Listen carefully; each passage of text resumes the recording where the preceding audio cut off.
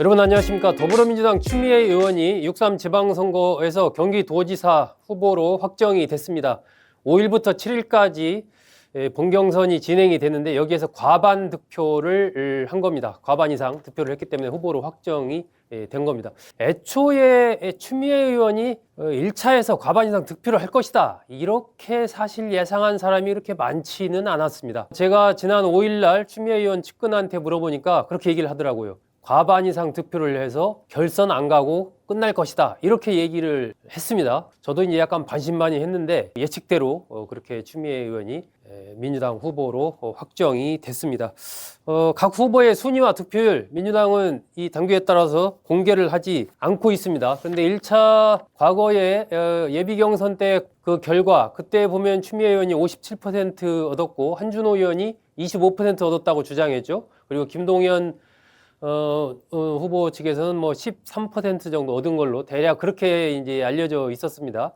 그러한 결과를 토대로 이번 상황을 추측을 좀 해보면 추미애 후보는 한 50%대 중반 가까운 이런 수치를 얻지 않았나, 이렇게 좀 추측이 됩니다. 김동연 지사가 30%대 중반, 한준호 의원은 10%대 뭐 중반, 뭐 대략 이렇게 흐름이 좀 봐야 되지 않나, 이렇게 좀 생각이 됩니다.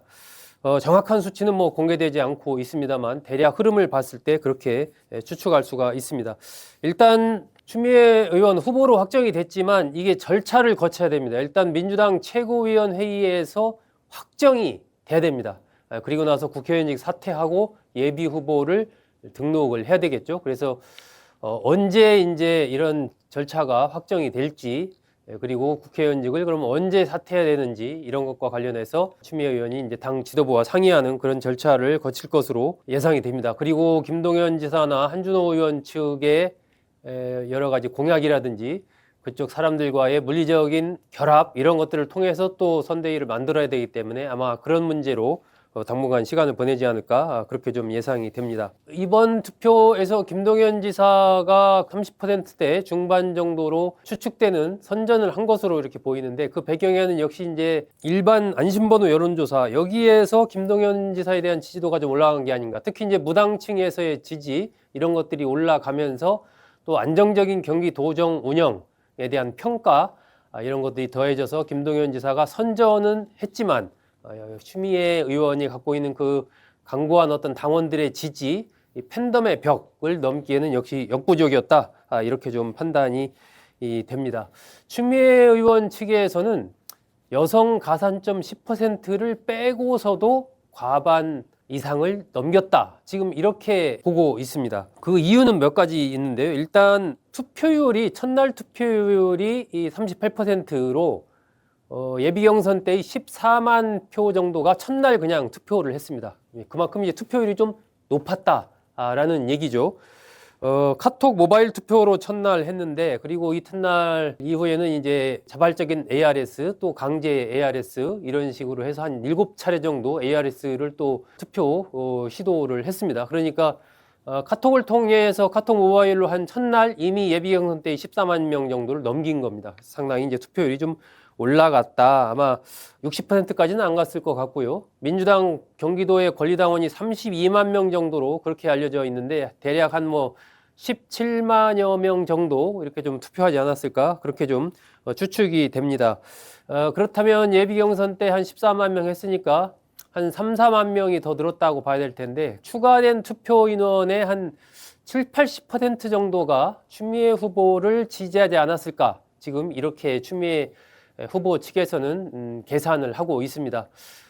그 이유는 이제 양기대 권칠승 후보를 지지했던 표들이 왔을 것이다. 다른 데 마땅히 갈 데가 없다. 추미애 의원한테 왔을 것이다. 이렇게 좀 보고 있는 거고요. 2, 3위를 지지하는 표 일부도 이른바 대사람한테 좀 찍자라는 밴드웨건 효과, 이런 것 때문에 이제 추미애 의원 지지로 돌아섰을 가능성이 있다, 이렇게 보고 있습니다. 특히 한준호 의원을 지지했던 표 중에 일부가 좀 이탈해서 추미애 의원을 지지한 것 아닌가, 이렇게 추미애 후보 측에서는 지금 추측을 하고 있습니다. 이 광역단체장 선거는 정당이 치르는 선거는 아닙니다. 과거에 이제 뭐 대통령 선거는 당 차원에서 치르지만 이런 광역단체장 선거는 후보가 치르는 선거입니다. 그래서 뭐 민주당이든 국민의힘이든 경기도지사 선거의 경우 한 5, 60억 정도 선거 자금이 들은 걸로 그렇게 좀 예상이 되는데, 그거 다 후보가 조달을 하고 돌려받는 것도 후보가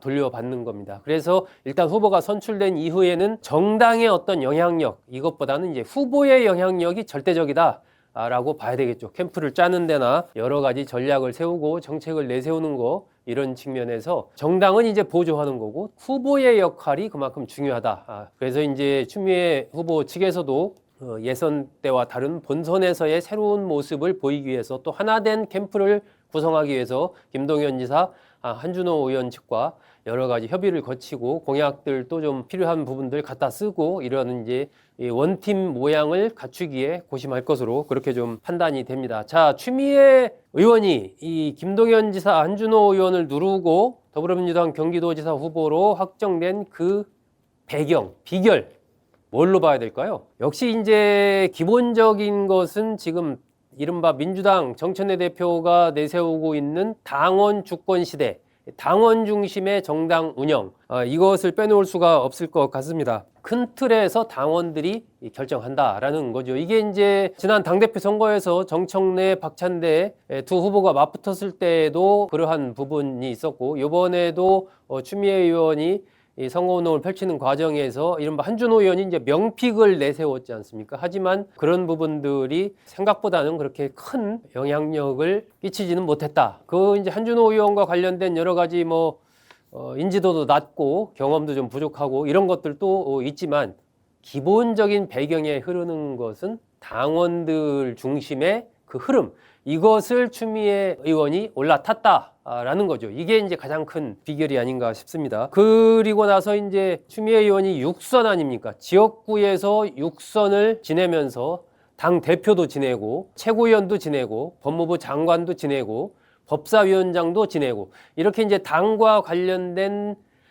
비중 있는 역할들, 이런 것들을 지내오면서 여러 가지 이제 당원들에게 어필했던 강한 어떤 인식을 심어줬던 이런 부분, 그런 것에 대한 당원들의 평가, 이것이 또 두 번째 아닌가 그렇게 좀 볼 수가 있습니다. 그리고 세 번째가 검찰개혁, 사법개혁 과정에서 보여줬던 강한 어떤 그 개혁성, 이것을 당원들이 보는 그 개혁성, 그 대표주자로 추미애 의원이 서 있는 거죠. 그래서 4050 세대를 중심으로 한 이 민주당 권리당원 층에서 추미애 의원에 대한 이 강고한 지지, 이게 처음부터 끝까지 거의 흔들리지 않고 그게 쭉 갔습니다. 그 흐름을 바탕으로 다른 것들을 이제 흡수해 가면서 몸집을 키운 것, 이것이 이제 추미애 의원이 1차에서 과반을 얻어서 후보로 확정된 그런 비결 중에 하나라고 봐야 되겠죠. 뭐 추미애 의원 DJ 김대중 전 대통령의 권유로 정계에 입문해서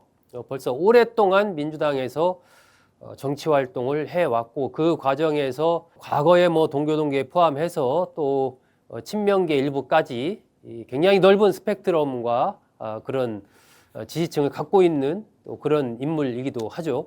또 그리고 마지막에 들 수 있는 게 이제 팬덤 정치입니다. 추미애 의원, 민주당 내에서 국회의원 중에 팬덤을 갖고 있는 몇 명 안 되는 정치인 중에 한 명이 추미애 의원이죠. 이 팬덤이라는 것은 이제 그에 반대되는 반작용도 있는 거죠. 그만큼 추미애 의원이 너무 강성이다, 막 나간다, 뭐 이제 이런 비판도 강하게 또 받고 있지만, 또 한편으로는 그만큼 지지하는 이 팬덤층도 가지고 있다라는 것이 이런 이제 경선 국면에서는 상당히 힘이 되는 거죠. 대략 그렇게 네 가지 당원 주권 시대의 흐름이라는 기본적인 흐름, 그리고 이른바 높은 육선을 통해서 쌓은 높은 인지도와 뭐 당을 위해서 헌신했다라는 그러한 당원들의 평가, 그리고 검찰개혁, 사법개혁과 관련해서 보여줬던 강한 흐름, 이른바 개혁성에 대한 또 당원들의 평가, 그리고 마지막에는 팬덤을 가지고 있다는 거, 이렇게 한 네 가지 부분이 어우러지면서 이번에 더불어민주당 후보로 확정됐다, 이렇게 볼 수가 있습니다.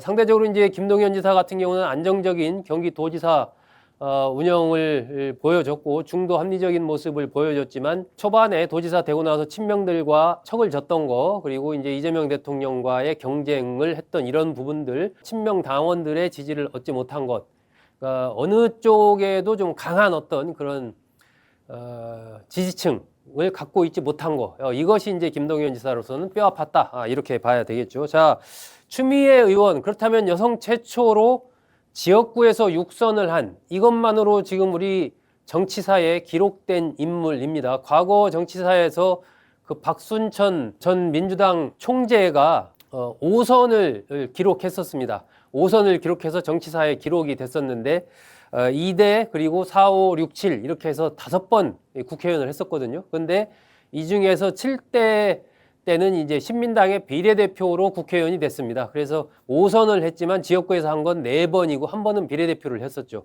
근데 추미애 의원은 6번 전부를 지역구에서만 당선을 하는 그런 정치사의 기록을 세운 그런 인물입니다. 자, 이번에 이제 더불어민주당 경기도지사 후보로 확정이 됨으로써 과연 여성 최초로 광역자치단체장이 될 수 있을 것인가? 이것도 지금 주목되는 포인트 중에 하나입니다.